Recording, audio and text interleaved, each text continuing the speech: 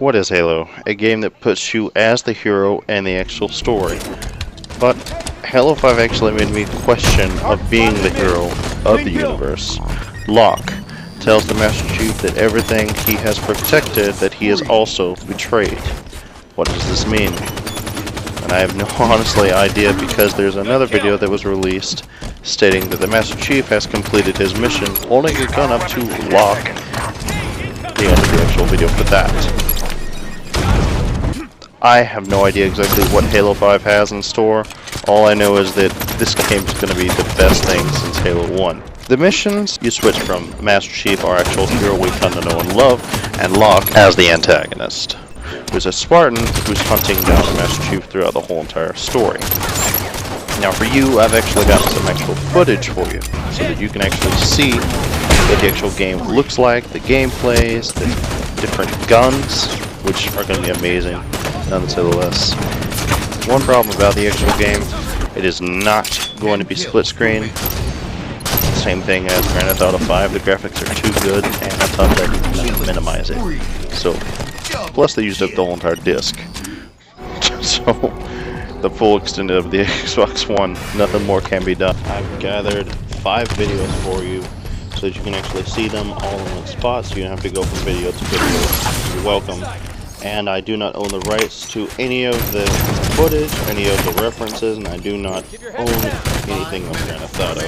I made a reference to it. 343 owns the rights, and Rockstar owns the right for the actual Grand Theft Auto 5. Just letting you know. Enjoy the videos, and comment, like, subscribe.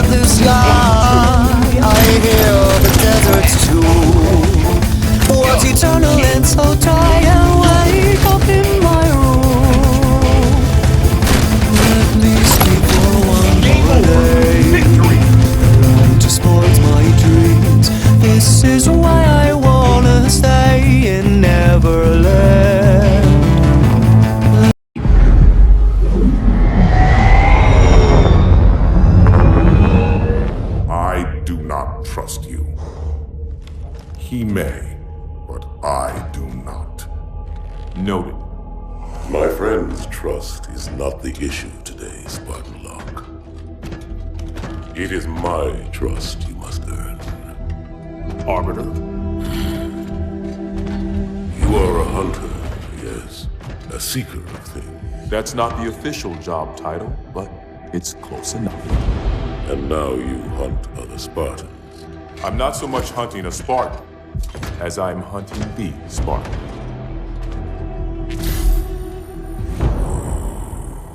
You seek 117. I was not told the identity of your prey. That is why I'm sharing it with you now. We're talking about trust, after all. May I ask you something? Your people used to call him Demon. Was that an insult or a compliment? An insult, to be sure, but one with a modicum of respect. He was indeed my enemy, but in time, I named him ally, even friend. The events which forged this bond were complicated.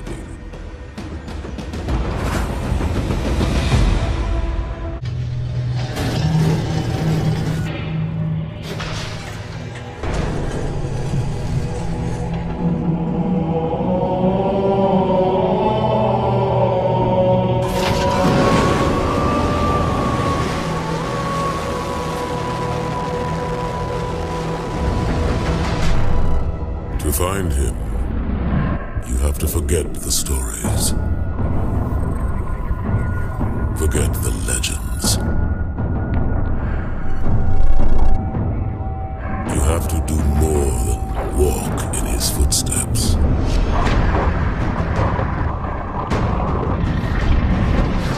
For he is more than the sum of his actions.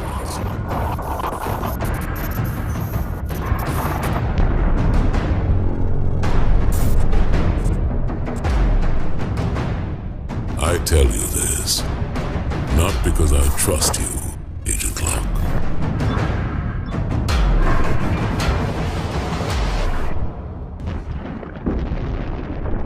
But because all our lives are at stake.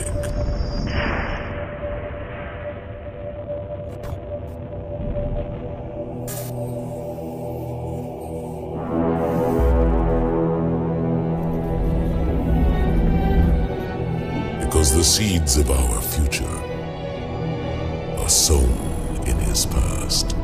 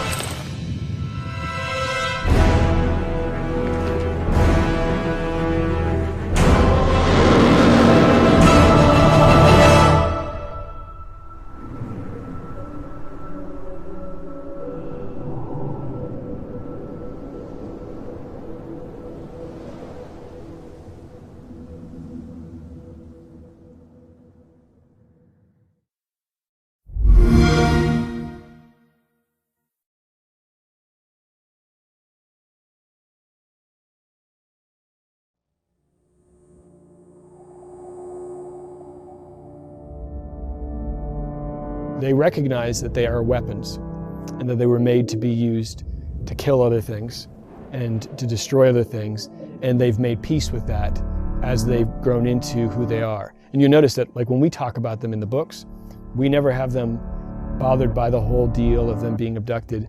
They're almost always looking at that as, well, if it didn't happen, there wouldn't be a human race to protect anymore. And so there's a really deep sort of gravity to their understanding of being a Spartan, to their recognition of the weight of that, and just the fact that they're embracing it as their destiny. This is what I was made for. This is what I was born to do. They're not seeing it as a situation where they were given a short change. They're seeing it as this is the way it was supposed to be. And so their attributes are solemn acceptance. They almost all of them have this sense of, we're here, we're going to die one day, and it may be tomorrow, it might be 10 years from now, it's going to happen. It'll probably happen in battle, but we're gonna do what we've been called to do until that happens. This is about Master Chief's journey, his past and his future. For Chief, it's interesting because he's reunited with Blue Team, and this is the first time that we're seeing him actually rely on other people and be a part of a unit. There's also someone else looking for answers, searching for him. On the flip side, you've got Fireteam Osiris, who's a brand new team. They've never really fought together before, and I guess there's a parallel there for, kind of where we were at with Halo 4. There's the fact that we built a studio and made a game at the same time. That's pretty crazy if you actually knew what that entails. Next year will be 20 years for me in the industry, and the stories I heard on Halo 4. I think a lot of us did, and I definitely felt a lot of pressure. The bar was so high, and nobody believed that we could do it, and so it was kind of up to us to prove everybody wrong. We brought in these amazing, talented people to make a game, but they've never worked together before. They're working with new ingredients in a kitchen they're not familiar with, and so there was kind of a craziness that came about from all that. I don't know how it happened. All of the things that could be against a team were against a team. We had to earn the right to carry that Halo mantle, and I think that when you are in games and when you're in entertainment, there is no sure thing. You've got this big galaxy-spanning story. Oh, there's these attacks that are happening on colonies. There's this massive destruction that's happening. Somebody stop it, somebody save the day. But at the heart of it is, again, this story of these two families and these two things that they want. And if you don't have those quiet little human stories, it doesn't matter how many planets you blow up, nobody's gonna care. Anyone can get lucky once. This is our sophomore effort. This is where we prove it, whether we can really pull Halo off.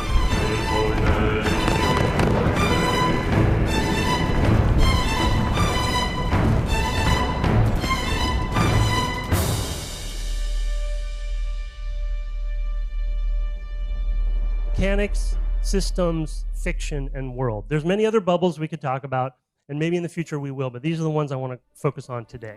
We started really big. New platform, can do anything. For those of you that have been in a platform transition, it's not easy. That changes a lot of things. It changes your technology, your tools, your pipeline. We didn't want to do things that kind of fit into the mold of existing Halo. But it's mostly opportunistic. It was more, what can we do to continue to evolve the franchise? So there was a lot of how does Halo fit into this new platform? What are things that we can do now that we could never do before? So everything that we're doing is about trying to bring innovative new experiences that take advantage of Xbox One and showcase the unique capabilities of that experience. We had our whole team rolling off of 4. We wanted to engage everyone in coming up with new ideas. We had a couple hundred people all pitching things on what the next game could be. So we had to start massive, fail, fail, fail. We failed a lot until we kind of came up with spaces that we were happy with. For us, a lot of what we spent this time on was just kind of figuring out what the long-term roadmap for the studio and for the technology. I'm looking at how do we make sure we keep ahead for making sure that we're moving forward to make our engine, our tools, the best for our creative teams. With the way that we're doing it, we're continuing to develop tech, but at the same time, we need to kind of start working on the next project. So every one of those decisions you make is taking little chunks out of the end game from somebody. Weapon, sandbox, environment, whoever's doing the work on that, they're not doing other work that could go into gameplay. Maintaining the balance between what Halo is and what Halo could be or should be or needs to be. But you got to. We can't, the engine was made, 15 years ago. There's things in this thing that we should tear out and rebuild from scratch. It was a ton of creative minds coming together and trying to figure out what we could do with a new platform, what we wanted to do with gameplay, what we wanted to do with story. So between 4 and 5, we had some time, and it was the right time in the marketplace to go, okay, we need to go 60 frames a second. We need to go dedicated server, and if we're ever going to do those, we got to do them now. Every other Spartan, every soldier, when they hear about this, they're gonna hate us.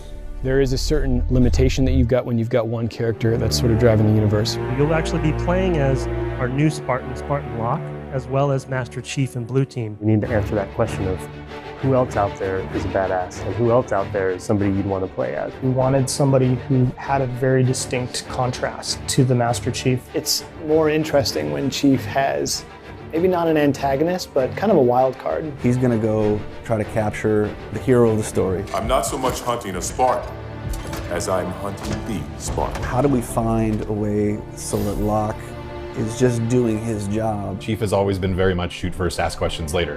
And while Locke is not slow on the trigger finger at all, he usually knows why he's shooting a little bit more than Chief does. That's an interesting perspective there, because traditionally the Master Chief has always been just follows whatever orders you tell him to do. How do you put that question on its head? Use characters in ways that we may not have expected and might be even uneasy using them. You pit him against the groups that he would normally be aligned with.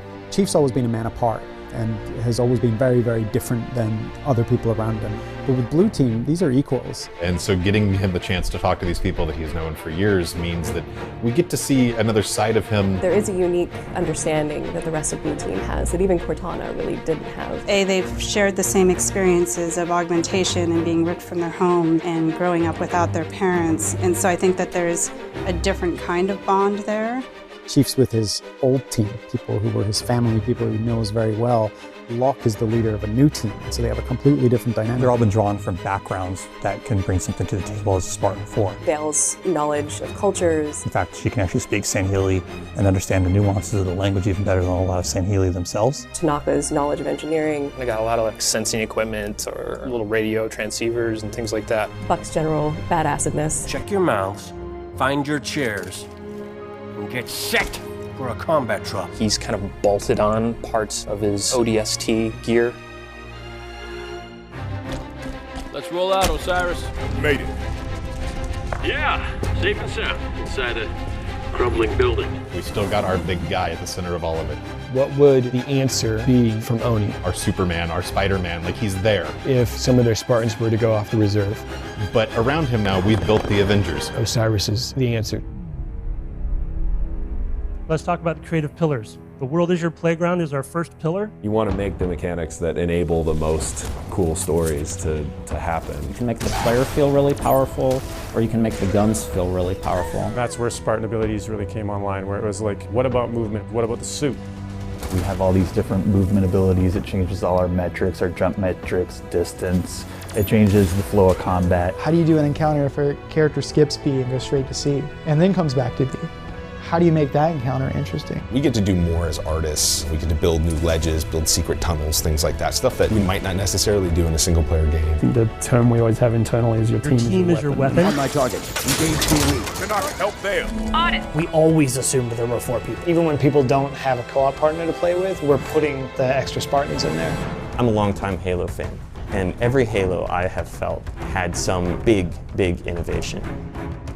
I would hope that people would look at Halo 5 and say, oh yeah, holy crap, Musketeers. They won't say Musketeers because that's our code name. I don't even know the origin of that. I think we just needed a term for our autonomous AI companions that kind of follow you through the campaign. We focused on the 2 fundamentals, the one being they're a well-integrated part of the sandbox. They'll play the game along with you, they'll fight with you, they'll revive you if you go down. Revive's a new mechanic in Halo 5. One of the big draws of Revive was we wanted to embrace that co-op gameplay.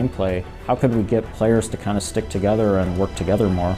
And the other being orders, which I think is potentially a big innovation for Halo.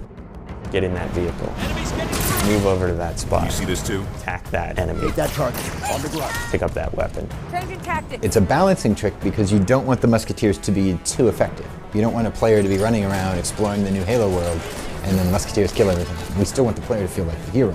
We will have had 2 programmers spend the whole project on that problem. Enemy near that Give turret. the player some very simple set of capabilities. If you kind of tell them to rush up the middle, all the AI will kind of focus their fire on the Musketeers, allowing you to flank. And then the player's going to come up with ways of using it that we haven't even thought of. Maybe that's not innovation, but it's a crazy challenge. If that's a big risk across the team, I feel like we've taken 15 or 20 huge risks on a similar scale. It's huge. It's super ambitious and big and crazy, but it's like half of what we started with. Halo 5, I think, to put it in a nutshell, was about not getting too comfortable with knowing we could make a Halo game. You can do it once. You can do that crazy Halo 4 thing once, but you don't want to repeat that. You want to get better and better at making a Halo game. The confidence we've had in this project to take on some of the technical challenges. Just 60 frames a second would probably be enough to put on paper 3 years ago and have us go like, no way. There's a lot of work. We're establishing infrastructure. We're making, kind of laying the foundation that we're going to build on top of for the future, whether it's, this game or whether it's the next game or whether it's something else down the line. And I hope people will look back and they'll say, oh, that's where that started. It can be a tough transition, it can be hard, but then once you have that path, then you got it. Because I can see where we could go and where I want to go. There's definitely a human drama at the core of that, and how these two teams relate to each other as they cross paths. It is about heroism, but not an individual heroism. It's the convergence of the players' abilities, the tools that they've picked up along the way, and then the situation that they're thrusted into. Halo's kind of got that in spades. I think we'll have done a good job if people are shocked at the end of the game and surprised by the direction that took. I think the biggest question that Halo asks when someone grabs a controller and starts playing it is, how far can you push this thing?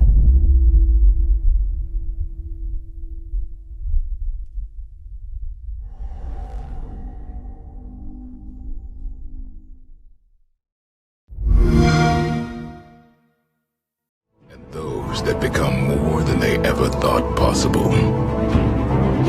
They discover, explore,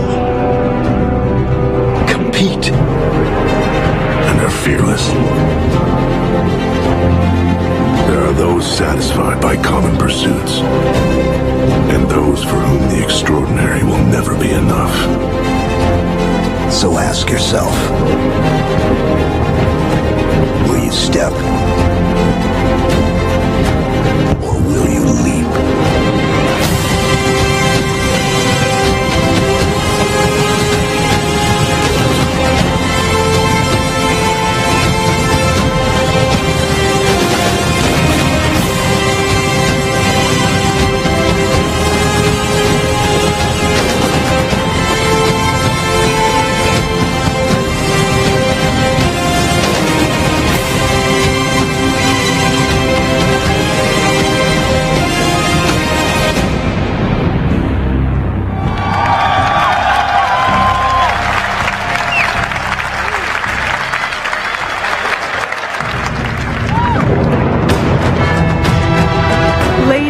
Gentlemen, this is the Xbox E3 2015 briefing. Please welcome, from 343 Industries, Bonnie Ross.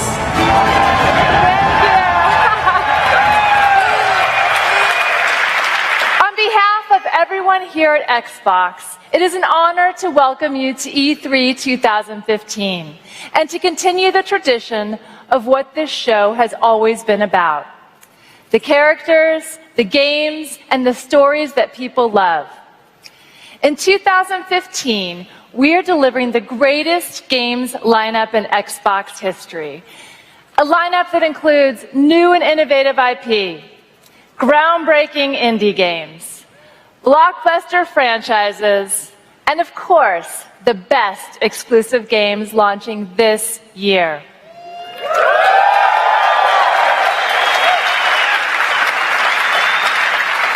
So let's start today with the first Halo game. Thank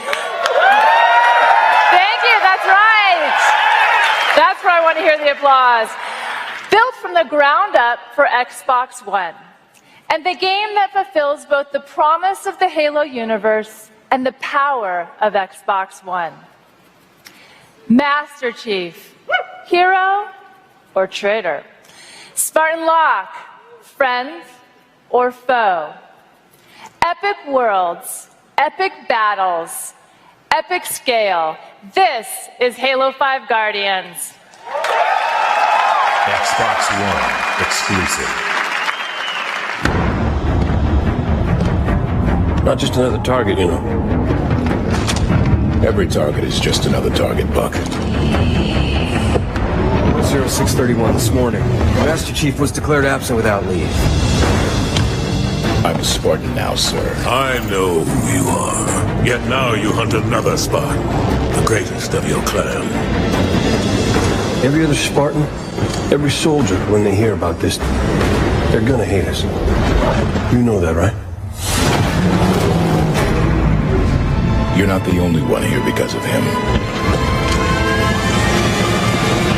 So Nion, the Covenant's final stronghold. That is where you'll find the Master Chief and the Guardian he seeks.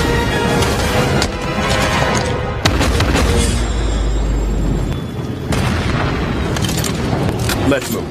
Vale, keep an ear on comms. Affirmative. Buck, Tanaka, defensive positions. I will never bow to infidels.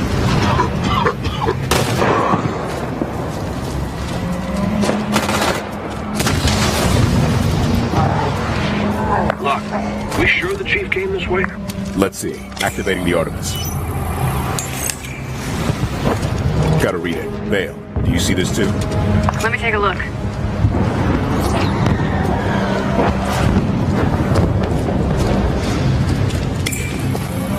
Chief's assault rifle. No ammo. Then the Master Chief's been through here. Which means he has a head start on the Guardian.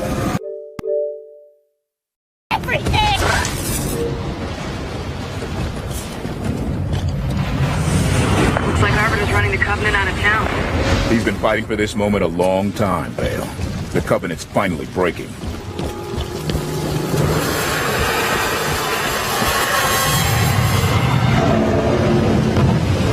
There's the Guardian. You think the Chief's already on board?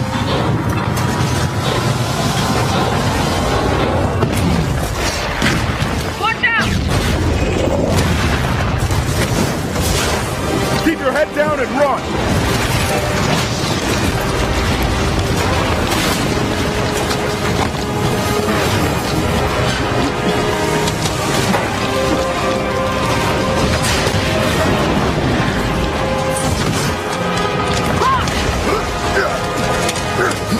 I'm okay. Keep going. Go, go, go!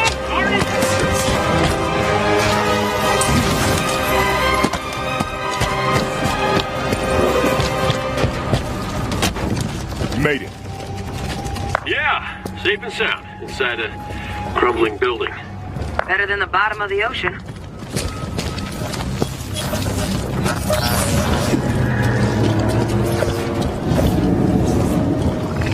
See that?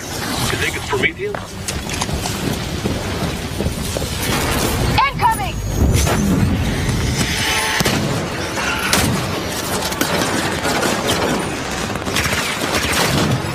Phantom!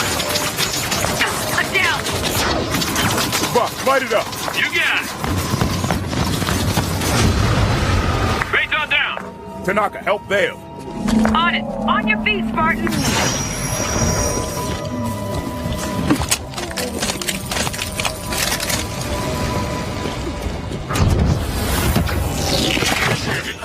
Soldier!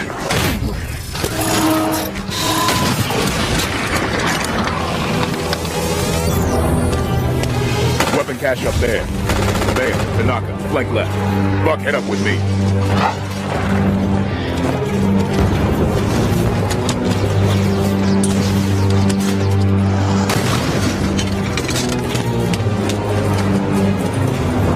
Cloud caster.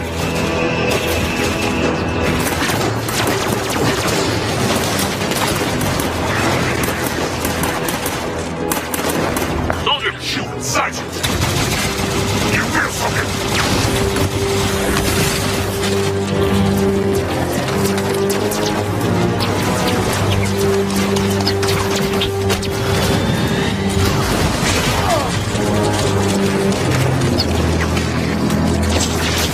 Soldier captain's on deck! Take him down.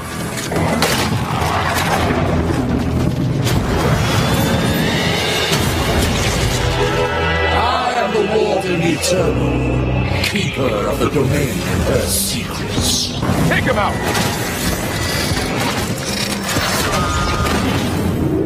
The Master Chief is called, but your passage is denied.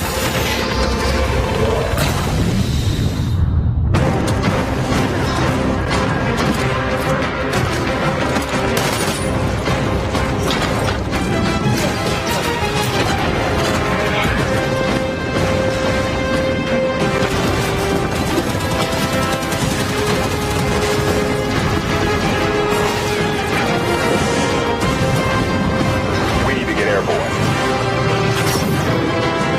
We are airborne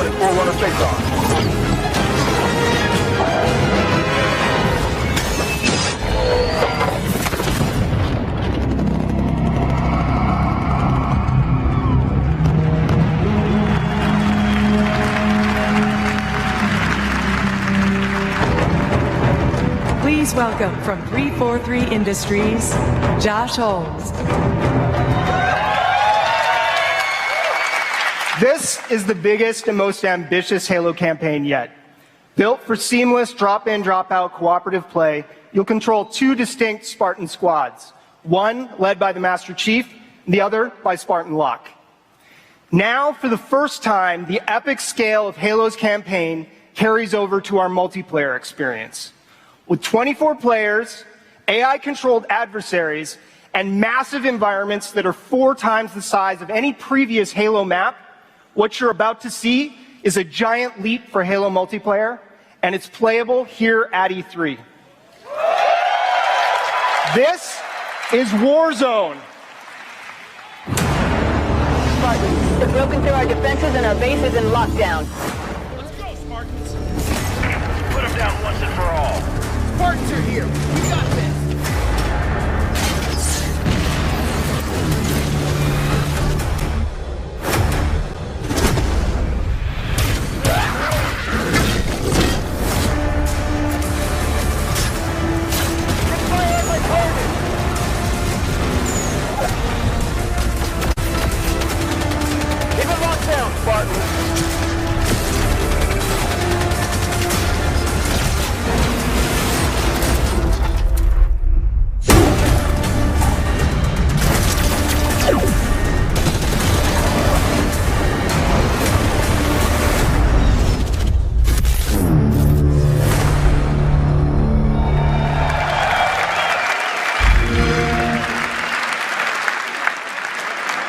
Xbox One exclusive world premiere.